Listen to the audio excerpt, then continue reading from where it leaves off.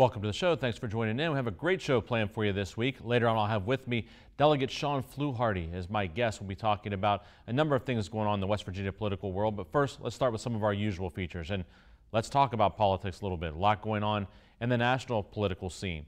President Trump, of course, a lot of talk that there could be impeachment proceedings brought against him as a result of phone calls with the Ukraine and pressure to investigate former Vice President Biden, who is a Democratic candidate for president, and a lot going on here. And the most recent developments perhaps are that the White House has indicated it's not going to cooperate with the investigation into whether or not to initiate impeachment proceedings. And things kind of going to come to a head here. By the time the show airs here, it may even have come to a head. The United States House, I don't think is going to just sit by idly and say, okay, they're not going to cooperate. These two sides are going to clash and continue to clash, and something is going to happen.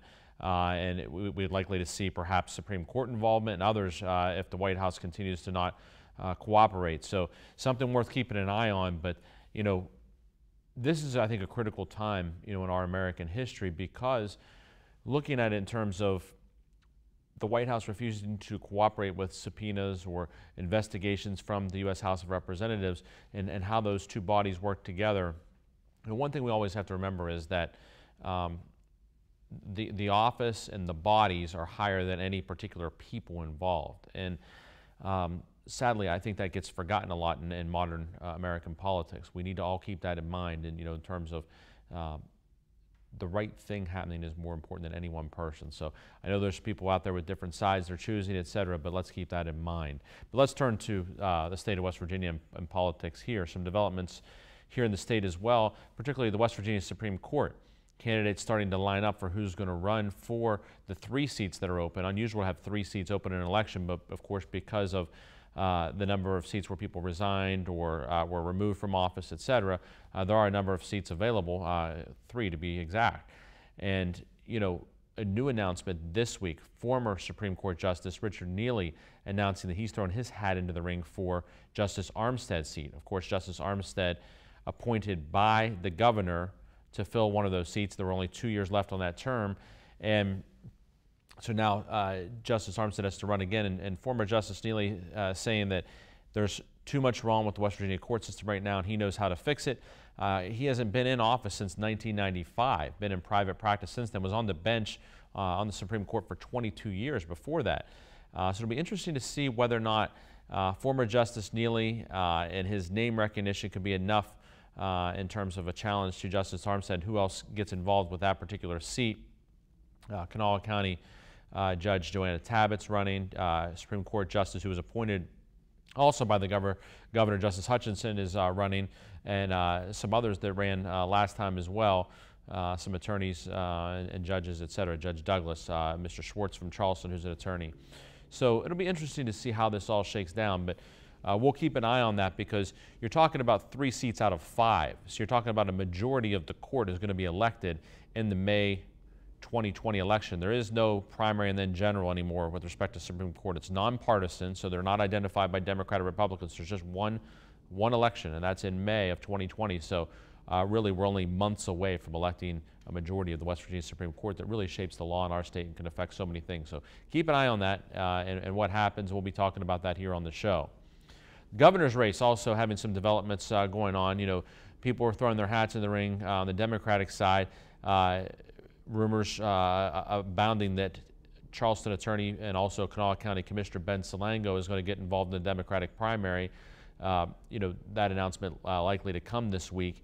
And Ben Salango, not been a commissioner for real long, just a year or two, and most noted for doing some things with the sports complex down there in Kanawha County in his time as commissioner. But that'll be interesting to see whether or not he can gain any traction, because Stephen Smith, who was on the show not too long ago, really has a huge head start with him in terms of being out there campaigning. Stephen Smith's been doing it really for a year now and has developed constituencies and captains in every county, has developed kind of a network and has a slate of candidates in addition to himself under the West Virginia Can't Wait movement that has really garnered a lot of support around the state. So big head start in terms of getting out there and campaigning, somewhat of a head start in terms of money.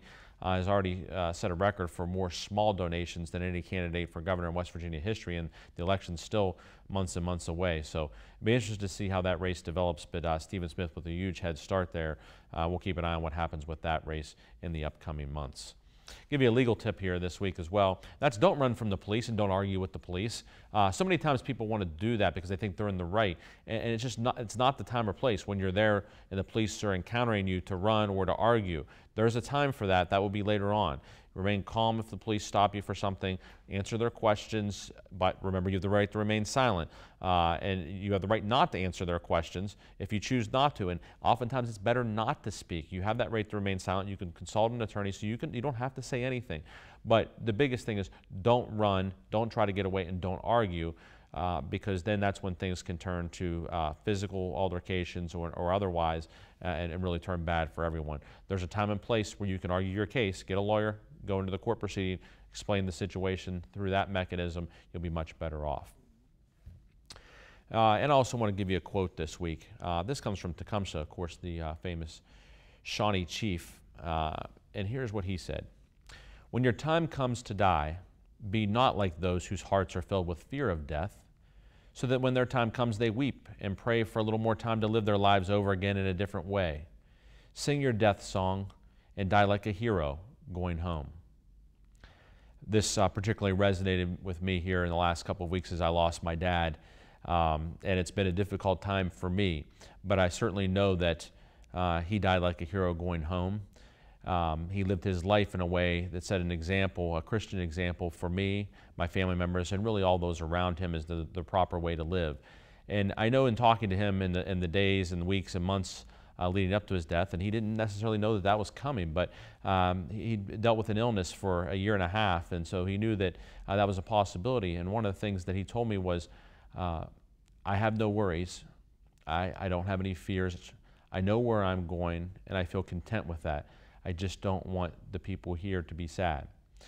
And I mentioned this when I gave a eulogy at the funeral, that he really taught me a lot about how to live and also how to die, and also taught me that if you live the right way, we never truly die. We go to a better place.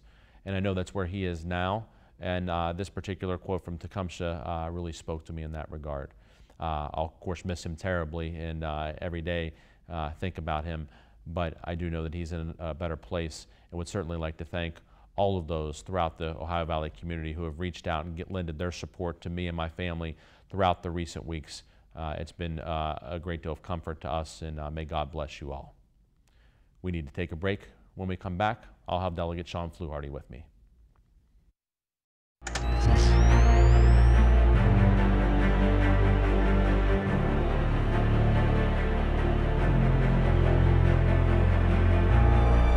Sometimes bad things happen to good people. At Bordas and Bordas, when we see this, we do something about it. We can't prevent bad things from happening, but we can get justice when they do. Bordas and Bordas, fighting for justice. Disasters happen. Pick the team that takes care of them all. Powered by offices in Wheeling, Morgantown, and Pittsburgh, Panhandle Cleaning and Restoration is ready to handle any size emergency at a moment's notice. We have the right people, knowledge, and equipment to respond 24 hours a day. I'm Neil Brown. When disaster strikes your home or business, tell your insurance provider you prefer the restoration company the Mountaineers call, Panhandle Cleaning and Restoration.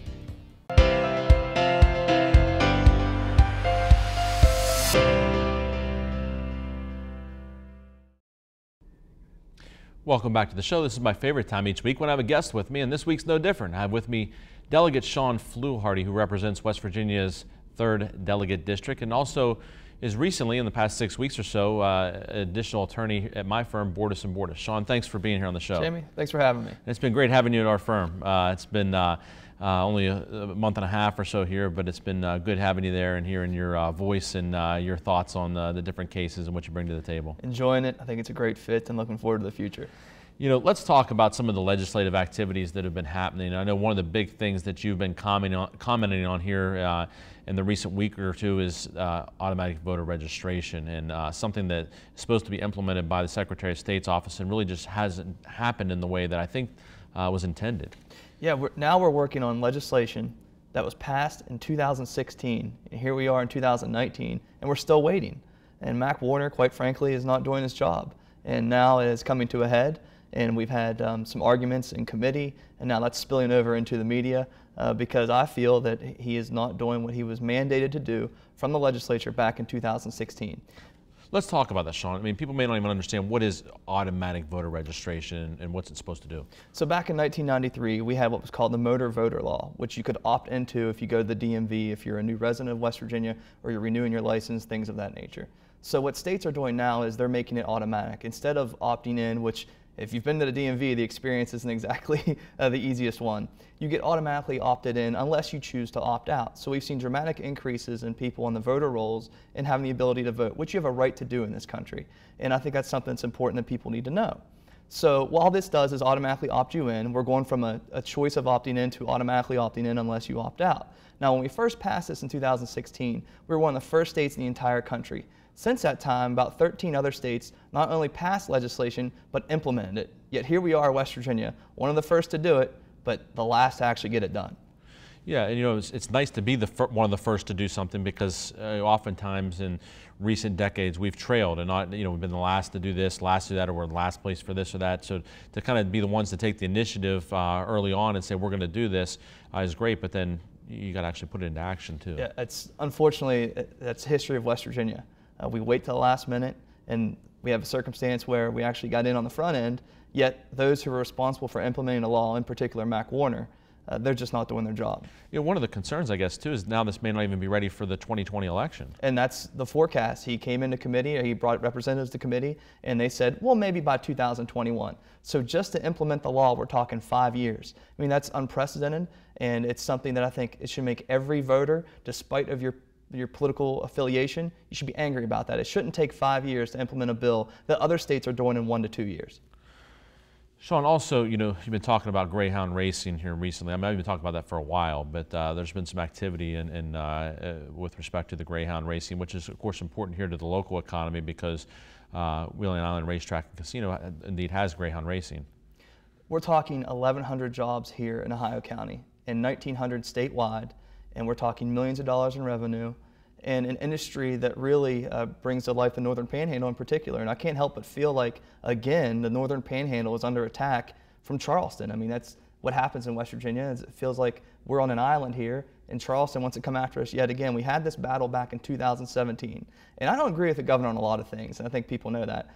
But he vetoed the legislation that would have done away with the greyhound industry because he knows we can't lose 1,100 jobs in Northern Panhandle, 1,900 statewide. We're talking families who choose to locate to West Virginia to raise their families, to have their children attend our schools, attend our churches, and become part of our economy and our people. And we're saying, you know what, we're going to do away with your industry. That's what Mitch Carmichael wants to do. And he's doing so because the former GOP chair happens to be a lobbyist for a group called Gray 2K. So what a tangled web we weave in West Virginia when lobbyists are actually controlling legislation and not the policymakers and, most importantly, not the people of West Virginia. Well, Shawn, one of the big concerns is, of course, with the recent closure of the Ohio Valley Medical Center and losing those jobs, to lose a whole nother large set of jobs here in Ohio County can really be devastating. Absolutely devastating. That's something that I'm working with my colleagues now to let them understand. Just because it's not in your backyard doesn't mean it doesn't impact your area as well, because the money that comes in from this industry goes to all 55 counties. So we're talking county commissions, city budgets that rely on the money coming in. And it's a profitable industry. I know nationwide it may not be as popular as it once was, but in West Virginia, the statistics show that more people are actually waging bets on this industry than they have in years past. We need to take a break. When we come back, I'll continue speaking with Delegate Shawn Fluharty about some of the developments in the legislature. Stay with us here on the Jamie Bordas Show. When reviewing your oil and gas offers or royalty check statements, do you wonder, am I being offered a fair amount? Do I feel comfortable reading the statement? Do I have peace of mind? If you answered no to these questions, you need Bordas Mineral Management. Our passion is helping mineral owners protect and expand their mineral wealth. Our examiners tell you whether you're being treated fairly and getting paid what is rightfully yours. Bordas Mineral Management. Be protected. Have peace of mind.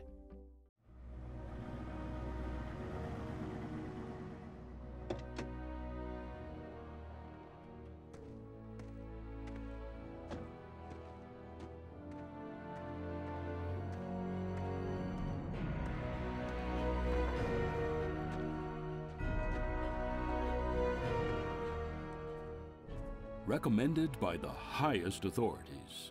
Danoon Lumber. Looks like a bad one's coming. Yeah. Right?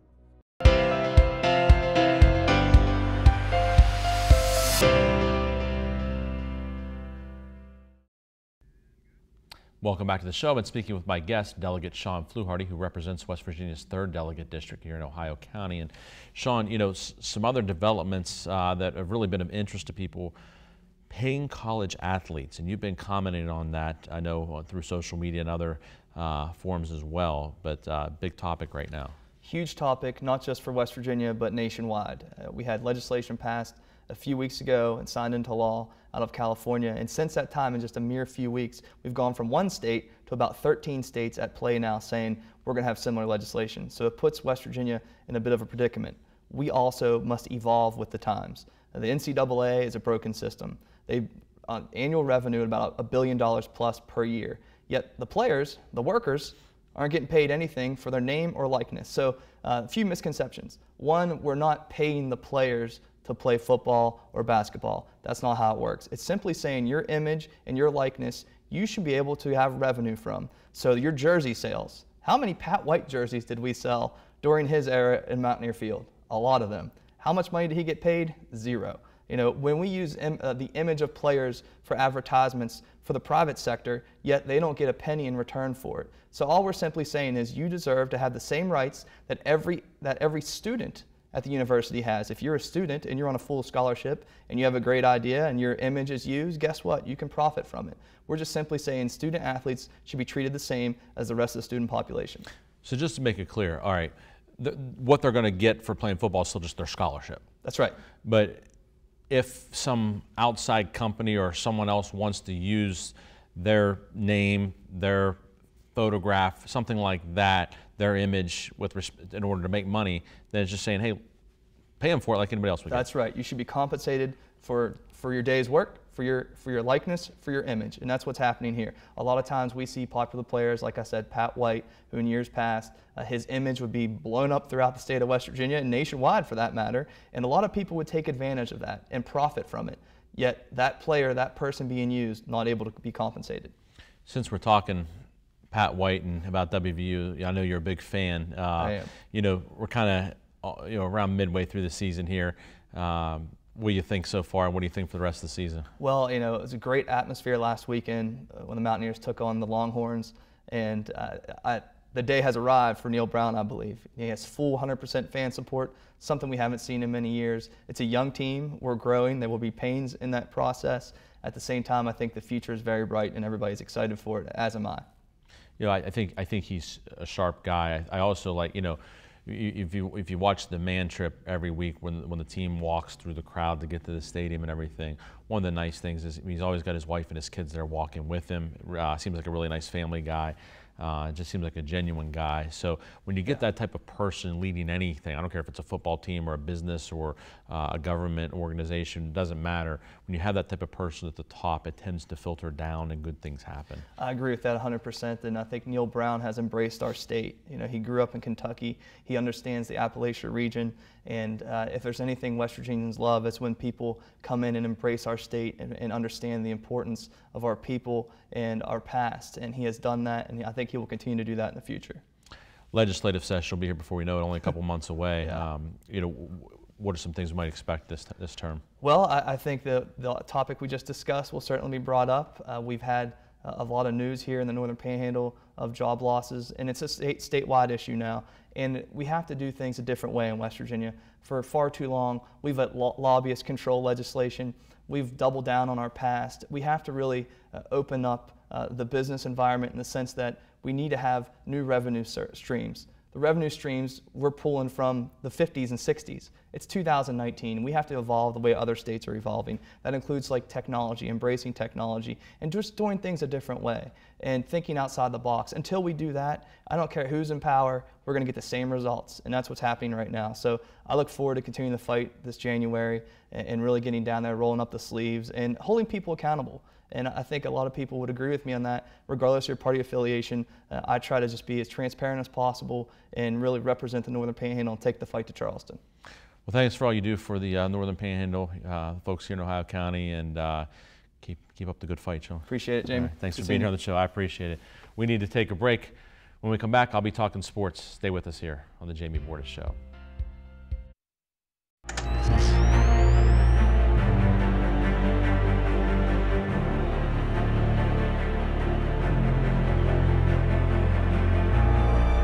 Sometimes bad things happen to good people. At Bordas & Bordas, when we see this, we do something about it. We can't prevent bad things from happening, but we can get justice when they do. Bordas & Bordas, fighting for justice.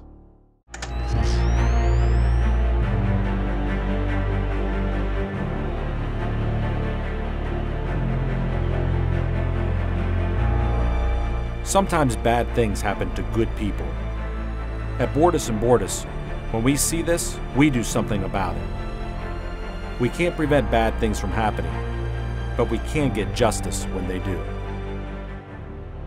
Bordas & Bordas, fighting for justice.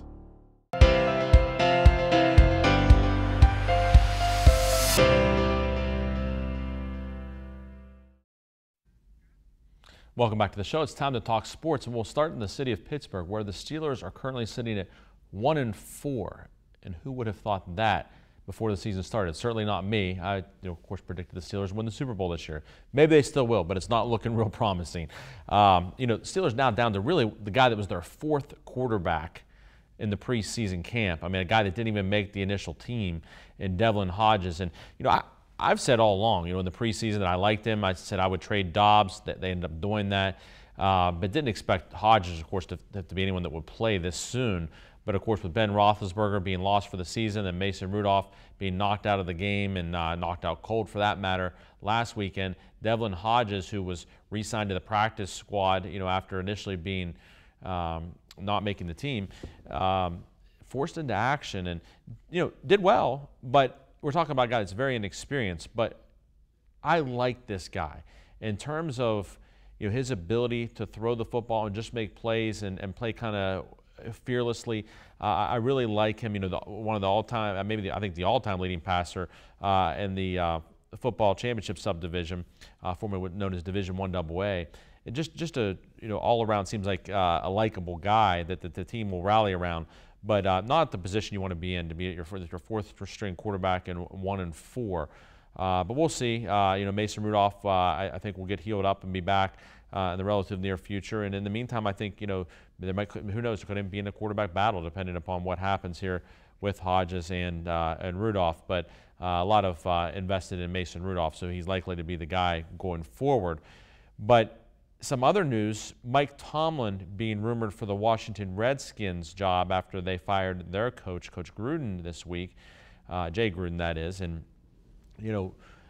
supposedly Coach Mike Tomlin, one of the guys that they're targeting for when this season ends, and he said he's not going to talk about that. He's got a team to coach, but I know some Steelers fans wouldn't be sad to see him go. But look, the guy has been successful year in and year out for the most part during the course of his entire career. I know the Steelers fans won Super Bowls every year. That just doesn't happen. And the continuity in coaching has been one of the things that have really, I think, allowed the Steelers to do well through the years with Chuck Noll, Bill Cowher, Mike Tomlin. You have to go so far back, and there's only been 3 coaches. So it'll be interesting to see what that happens. But the prospects for the Steelers winning the division pretty bleak right now. I mean, usually you have to be 10-6 at least or so. Every now and then a 9-7 team will win the division. But you're talking about can only afford 2 more losses then. You have the Chargers this week on the road in a night game. It'd be tough. But don't be surprised that the Steelers don't find a way to get it done. I think the defense is playing pretty solid for the most part. So see what happens. Speaking of Pittsburgh sports, some big news since we were last on the air with this show is the Pirates have fired manager Clint Hurdles. Will be a new manager in Pittsburgh next year. Some folks wondering why not the upper management. But Clint Hurdle will not be back, so it'll be interesting to see what happens there. We'll follow that story here in the weeks to come. Let's turn to college football and set out your college football Saturday for you. Big game at noon. The Red River rivalry, number 6 Oklahoma versus number 11 Texas on Fox. You know, in the preseason, I had Texas, interestingly, losing this game but beating Oklahoma in the Big 12 title game. But I thought Texas would have already had a win against LSU by this point, and they don't. They lost to LSU. I'm going to stick with what I said. Texas won last year. I'm going to go with Oklahoma. They just have too much on offense, you know, and I don't think they're going to lose this regular season game 2 years in a row. Jalen Hurts just too dynamic. I think Oklahoma gets the win. Then at 3:30, an exciting SEC game right here on WTRF on CBS. Number 1 Alabama at number 24 Texas A&M. Alabama coming off a bye, and man, giving Nick Saban 2 weeks to prepare. I mean, they're just too well coached, too much talent. I think Alabama wins this one, but Jimbo Fisher will have that Texas A&M team ready to go. It may not be as easy as some folks might think. That game could go into the fourth quarter, but Alabama wins it. 7:30, one of my favorite games in the entire country every year. USC at number 9 Notre Dame. That game will be on NBC. You know, the reason I love the game is the pageantry of it. I mean, the bands, the cheerleaders, the tradition, the history of the programs. USC a little bit down, but they always have enough talent to beat anyone. The problem is Notre Dame has raised its talent level. Hasn't lost a home game in about 3 seasons. And the Notre Dame defense will make the difference in this game. Irish win this one at home. Also at 7:30 on ABC right here on WTRF, number 10 Penn State at number 17 Iowa. Iowa lost to Michigan last week 10-3, and that tells me a lot. I just don't think they have enough offensive firepower to be able to hang with Penn State, even though Iowa's got a home game here. This is Penn State's first real big test, I think, of the year. They're going to get Michigan and Michigan State in the next 2 weeks after this. I think Penn State gets this win on the road. Then at 8 o'clock, another big game on ESPN, number 7 Florida at number 5 LSU. Florida, all kind of quarterback issues, of course. Frank's lost for the year. Now they got an inexperienced backup who's also banged up a little bit. They're coming off that big win against Auburn last week. But this is not the LSU offense we're used to seeing. I mean, quarterback Joe Burrows, the Ohio State transfer, has been throwing it all over the place. They've really opened up that LSU offense that used to always be the problem. Always great defenses. I think LSU wins this one at home and wins big. I don't even think this is a close one. LSU big. And I'm going to give you an upset special as well. I always like to do that. 7:30, Louisville at number 19, Wake Forest on the ACC network. Louisville with losses to Notre Dame and at Florida State. Wake Forest hasn't really been tested. They're number 19 in the country, undefeated. I just think Louisville's going to be too athletic for them. I think Louisville gets the road upset, goes to Wake Forest and knocks off Wake Forest and removes them from the unbeatens. We'll talk more next week, college football, and kind of what midseason looks like and how the playoff could start to be shaping up. But I'm really enjoying this college football season, especially seeing some of these big games that we've gotten to see with the LSU and Texas type matchups. And now this week, you know, some big matchups with Oklahoma and Texas that will have an effect on the playoff picture in the weeks to come. That's all the time we have. Thanks for joining in. We'll see you again next time on The Jamie Bordas Show.